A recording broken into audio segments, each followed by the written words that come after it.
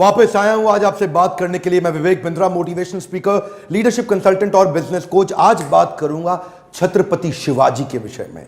मराठाओं के दिल में बड़ी गहरी जगह बनाई। 1630 में जन्म लिया। 19 फरवरी पिता शाहजी भोसले, मां जीजाबाई। पिता शाहजी भोसले तो उस समय मुगलों की सेवा में लगे हुए थे, जो ज्यादा उस समय अवेलेबल नहीं रहा करते थे।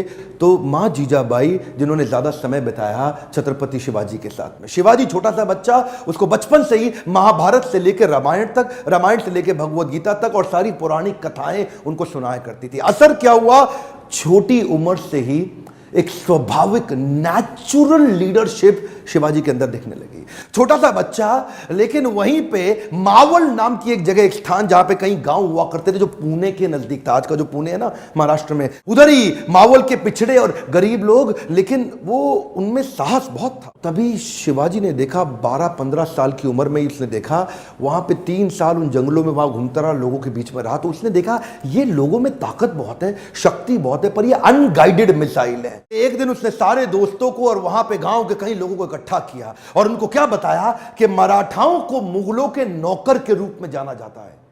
और ये जो नौकर होता है ना, ये जो गुलामी है, ये एक मानसिकता है और कुछ नहीं है। It is a state of mind. इस गुलामी को तोड़ना है, मराठाओं को इससे बाहर निकलना है। तो ये निजामी शाह, आदिल शाह, इनके चंगुल से मराठाओं को पहली बार बाहर निकालने के लिए ये गांव वालों को उन्होंने तैयार किया। खंजर निकाला और अपना रक्त निकाल के काट के भगवान के शिवलिंग का रक्त अभिषेक कर दिया। और तभी इन्होंने ऐलान किया कि मैं स्वराज यात्रा निकालना चाहता हूं। ये स्वराज यात्रा, ये क्या कहते हैं, गुलामी एक मानसिकता है। क्या है? एक मानसिकता है। आप गुलाम अपनी मानसिकता के कारण है। और वहां पे गुलामी की मानसिकता से मराठाओं को निकाल के खड़ा करने के लिए, अब टीम तो छोटी थी, मैन पावर थी नहीं, रिसोर्सेज थे नहीं, उतने फंड्स थे नहीं, उतनी पीछे से सपोर्ट और ताकत और कोई अलायंस अभी तक था नहीं। तो शुरुआत बहुत इंटेलिजेंटली, देखिए ये जो थे ना, ये व्यक्ति छत्रपति शिवाजी, सारे सुनिए, भारत को पता होना चाहिए, छत्रपति शिवाजी एक कंबाइंड अवतार मान सकते हो आप, महाराणा प्रताप के शौर्य और उनकी ताकत और उनके साहस का, और कौटिल्य चाणक्य पंडित की उनकी बौद्धिक शक्ति, उनकी बुद्धि और उनकी कुटिल नीतियों का ये कंबाइंड अवतार थे। तो ये क्या करते हैं, छापा मार युद्ध करते हैं, द्विकंटक नीति के साथ जाते हैं। इसको क्या बोलते हैं, गोरिल्ला वॉरफेयर। और गोरिल्ला वॉरफेयर इसे कहते हैं गनीमी कावा। छोटी उम्र के अंदर इतना इंटेलिजेंस, इतना इंटेलिजेंस। गनीमी का मतलब क्या है, दुश्मन, और कावा मतलब उसको बेवकूफ बना के हराने की टैक्टिक्स। ये ऐसे टैक्टिक्स से लड़ते थे, इनको पहाड़ी चूहा बोलते थे, कि पहाड़ों के अंदर से कहां से निकल के किधर से निकल के आके दुश्मन पे अटैक करेंगे। छोटी सी सेना इन्होंने शुरू करी थी और अपना साम्राज्य दक्षिण से लेकर के ऊपर तक, गुजरात तक, इधर बहुत जगह फैलाया। एक बार उधर ही के मुगल राजा आदिल शाह ने मराठाओं के बीच में से इनके पिता को उठा करके जेल में डाल दिया, कारावास दे दिया। और ये बहुत दिन तक सोचने लगे कि क्या करें। और तभी देखिए, उसी समय में शाहजहां भी था दिल्ली के अंदर, और शाहजहां भी हालांकि है वो भी मुसलमान और आदिल शाह भी मुसलमान, लेकिन पॉलिटिक्स तो पॉलिटिक्स है ना। तो मुगल राजाओं को उन्होंने आपस में कैसे भरवाया, उधर उनको सपोर्ट और अलायंस की बात करी। इतने मास्टर अलायंस के मामले में, कब कहां किससे अलायंस बिल्ड करना। शाहजहां को बोले कि आप इस पर इंफ्लुएंस डालो, ये मेरे पिता को छोड़े, और शाहजहां उनकी बात मान गए। शाहजहां को उन्होंने बोला कि तुम्हारे कई युद्ध होने वाले हैं नॉर्थ में, और उस समय पीछे से अगर तुम्हें यहां से मदद की जरूरत पड़े तो मैं छत्रपति शिवाजी तुम्हारी मदद करूंगा। इसको बोलो आदिल शाह को मेरे पिता को छोड़े। छुड़वा दिया। छत्रपति शिवाजी, इनके लिए युद्ध जीतना जरूरी था, लड़ना भले ही जरूरी ना हो। कई बार तो ये लड़े बिना भी युद्ध जीत जाते थे, यही तो इनकी चतुराई थी। इसे क्या कहते हैं, सामने वाला सरेंडर कर देगा, स्वॉर्ड निकाले पहले, स्वॉर्ड निकालने से पहले, surrender before the sword comes out. इनकी बुद्धिमत्ता क्या थी कि ये एनिमी से अलायंस क्रिएट कर लेते थे। जो इन्हें बर्बाद करने आता था वही इनको आबाद करके जाता था। पोर्टफोलियो डाइवर्सिफिकेशन में बड़े मास्टर थे। ये नहीं कि एक ही जगह लगे रहे, साथ साथ पैरेलल लीडरशिप बिल्ड करते थे। उधर कोंकण कोस्टलाइन के पास में, जो आज का गुजरात है, महाराष्ट्र है, आज का गोवा है, आज का नीचे तक कर्नाटक है, ये पूरी कोस्टलाइन पे इन्होंने एक नेवी बिल्ड करी, नेवी की सेना, समुद्री सेना को तैयार किया। एक्चुअली छत्रपति शिवाजी को फादर ऑफ इंडियन नेवी भी बोला जाता है। और एक और बात आप सीखते हैं, preparation of scenario analysis. Scenario analysis का मतलब क्या है, आने वाले समय में सिनेरियो ए होगा तो मैं ऐसे लड़ूंगा, बी होगा तो ऐसे लड़ूंगा, सी होगा तो ऐसे लड़ूंगा। सिनेरियो की तैयारी पहले रखनी चाहिए। उस समय वहां का तानाशाह आदिल शाह, जो उस समय तक शिवाजी शिवाजी से बहुत तंग आ चुका था, बहुत परेशान हो चुका था। इन्होंने अपने सबसे बड़े सेनापति, सबसे चीफ जनरल अफजल खान को भेजा कि अफजल खान इसको खत्म करके आओ किसी तरीके से। अफजल खान जानता था शिवाजी एक ईमानदार आदमी है, तो उसको एक प्रपोजल भेज दिया, शिवाजी मैं तुमसे अकेले मिलने आऊंगा, संधि करना चाहता हूं, अकेले मिलोगे मुझसे? शिवाजी बोले ठीक है, अकेले मिल लेते, मुझे कोई समस्या नहीं। अफजल खान ने बोला नियम यह है, ना तुम्हारे पास कोई सेना, ना मेरे पास कोई सेना, मैं भी अकेला, तुम भी अकेले, ना तुम्हारे पास कोई अस्त्र शस्त्र, ना मेरे पास कोई अस्त्र शस्त्र। अफजल खान जानता था छत्रपति शिवाजी एक बड़े ईमानदार व्यक्ति हैं, हाँ बोल देंगे तो ऐसे ही बिना शस्त्र के खड़े भी हो जाएंगे। उनसे 2.5 गुना लंबा चौड़ा अफजल खान आकर के गले मिलने लगा शिवाजी से। अब छोटे से शिवाजी और पीछे से खंजर निकाल करके पीठ में घुसा दिया। प्रिपेयर्ड थे पहले ही, शिवाजी पहले ही प्रिपेयर्ड थे।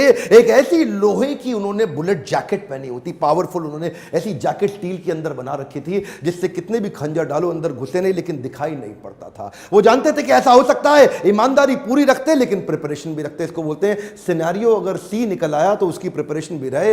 हाथ पीछे से खींचा और उनका सिंह नख बाहर निकल आया, और वो जो सिंह नख नाम का उनका जो चाकू होता है ना, वो चाकू शेर के पंजे जैसा इतना सॉलिड कि उसको घुसाया पेट में। अफजल खान का किडनी वहां से बाहर निकाल दी फाड़ के, और यहां रुके नहीं, इसको मारते ही अब इसकी सेना का पूरा मनोबल तोड़ दिया, उनकी मानसिक दिशा को कमजोर करके उनका प्रतापगढ़ किला जीत गए। सबसे बड़ी लर्निंग एक और है, पहले तो प्रिपरेशन रखो पूरी वर्स्ट के लिए, और उसके बाद अगर जीत गए या हार गए उसको अपने ऊपर हावी मत होने दो, अगले के लिए चालू कर दो। अभी इतनी बड़ी जीत मिली कि ये नहीं कि मतलब अब जाके बैठ के आराम करें जी, बहुत बड़ा किला जीत गए, बहुत बड़ा किला जीत गए। 18 दिन के अंदर अगला किला पनहल का, फोर्ट ऑफ पनहल, उसको भी कैप्चर कर लिया। अच्छा, एक हारने का उदाहरण भी देखिए, मिर्जा राजा जयसिंह उस समय हुआ करते थे।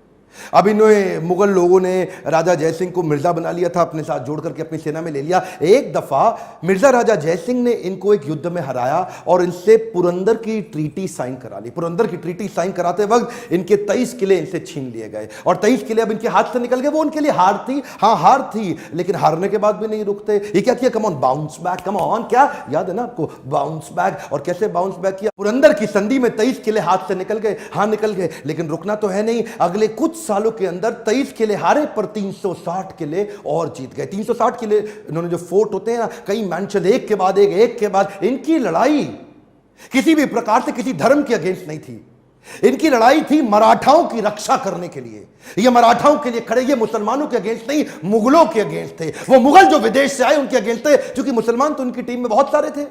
इनके कई सारे बड़े बड़े आर्मी के जनरल ही मुसलमान हुआ करते थे, इनके कई दोस्त भी मुसलमान थे, इनके जो एक अपनी टीम के वजीर आजम वो भी मुसलमान थे, इनके कई गुरु भी मुसलमान थे। लेकिन ये मुगलों के खिलाफ थे जो आके मराठाओं को तंग करके उनको नौकर बनाया था। बाहर से आके मुगलों ने मराठाओं को जो तंग किया, उनकी पीड़ा को वहीं से इन्होंने टीम को नीचे नीचे से इकट्ठा करके छापा मार युद्ध से आज इतनी बड़ी सेना खड़ा कर ली। अच्छा, एक बात और जो इस वीर मराठा को मुगलों से अलग करती थी, वो खास बात थी इनका स्त्रियों के प्रति विशेष सम्मान। क्या बोलते थे, मां, औरतें और बच्चे, इनको कोई तंग नहीं करेगा चाहे कुछ भी हो जाए। और ये जो इनकी लीडरशिप विजडम थी ना, ये बचपन में महाभारत, भगवत गीता, रामायण पढ़ने से जो इनके अंदर आई, ये इन्होंने अपने सैनिकों में भी कूट कूट के डाल दी थी कि अगर किसी, देखिए जहां उसी समय मुगल लोग औरतों को उठा लिया करते थे, उनका अपहरण करते थे, उनका रेप कर लेते थे, उनको उनके मंदिर तोड़ना, उनको मारना पीटना, वहीं ये क्या बोले, किसी दूसरे धर्म का अपमान नहीं करेंगे, किसी दूसरे की स्त्री को गलत नजर से कभी देखेंगे नहीं, और अगर मेरा कोई सैनिक देखते हुए मिल गया तो उसको खत्म कर दूंगा। इन्होंने वो वैल्यूज अपनी टीम के अंदर डाल दी। इनकी ये क्वालिटी ने इनको इतनी रिस्पेक्ट अर्न करी, इतनी रिस्पेक्ट अर्न करी कि लोग अपनी जान देने लग गए। इस वीर मराठा की कथा मैं चाहता हूं पूरे देश तक पहुंचे। आज अगर आप में थोड़ा सा भी आप में इच्छा है कि हमारे देश के इस इतिहास को कोई भूल ना जाए, इसको व्हाट्सएप पे फैला दीजिए। हर मराठा की जिम्मेदारी है कि इसको देश तक पहुंचाएं और लोगों को पता चले वीर छत्रपति शिवाजी के विषय में। कई बार मैं मुंबई आता हूं, पुणे आता हूं, औरंगाबाद, नागपुर आके अपने मोटिवेशनल सेमिनार या लीडरशिप फनल के प्रोग्राम करता हूं, देखता हूं कि मराठा लोग इतने ईमानदार कैसे हैं। छत्रपति शिवाजी के विषय में जान करके और सम्मान बढ़ गया मेरी नजरों में मराठाओं का। अगर अच्छा लगा आपको ये वीडियो तो जरूर लाइक करिए उत्साह बढ़ाने के लिए। और छत्रपति शिवाजी से आपने क्या सीखा, नीचे कमेंट बॉक्स को भर दीजिए, बताइए नीचे आपने क्या सीखा, आपका क्या विचार है, आपको वीडियो कैसा लगा, और क्या आप किसी और के विषय में, इतिहास में किसी बड़े लीडर के विषय में जानना चाहते हैं, सीखना चाहते हैं। सब्सक्राइब कराइए, अपने आसपास कम से कम दो चार 10-20 लोगों से, ताकि उनको ऐसे पावरफुल वीडियो मिल सके, सक्सेस उनकी डिले ना हो जाए। बेल आइकॉन को हिट करेंगे तभी वीडियो मिलेगा। मेरे साथ जुड़े रहने के लिए, हर बार यूट्यूब पे फ्री लर्निंग यूनिवर्सिटी को देखने के लिए प्रेम पूर्वक आप सबका बहुत बहुत धन्यवाद।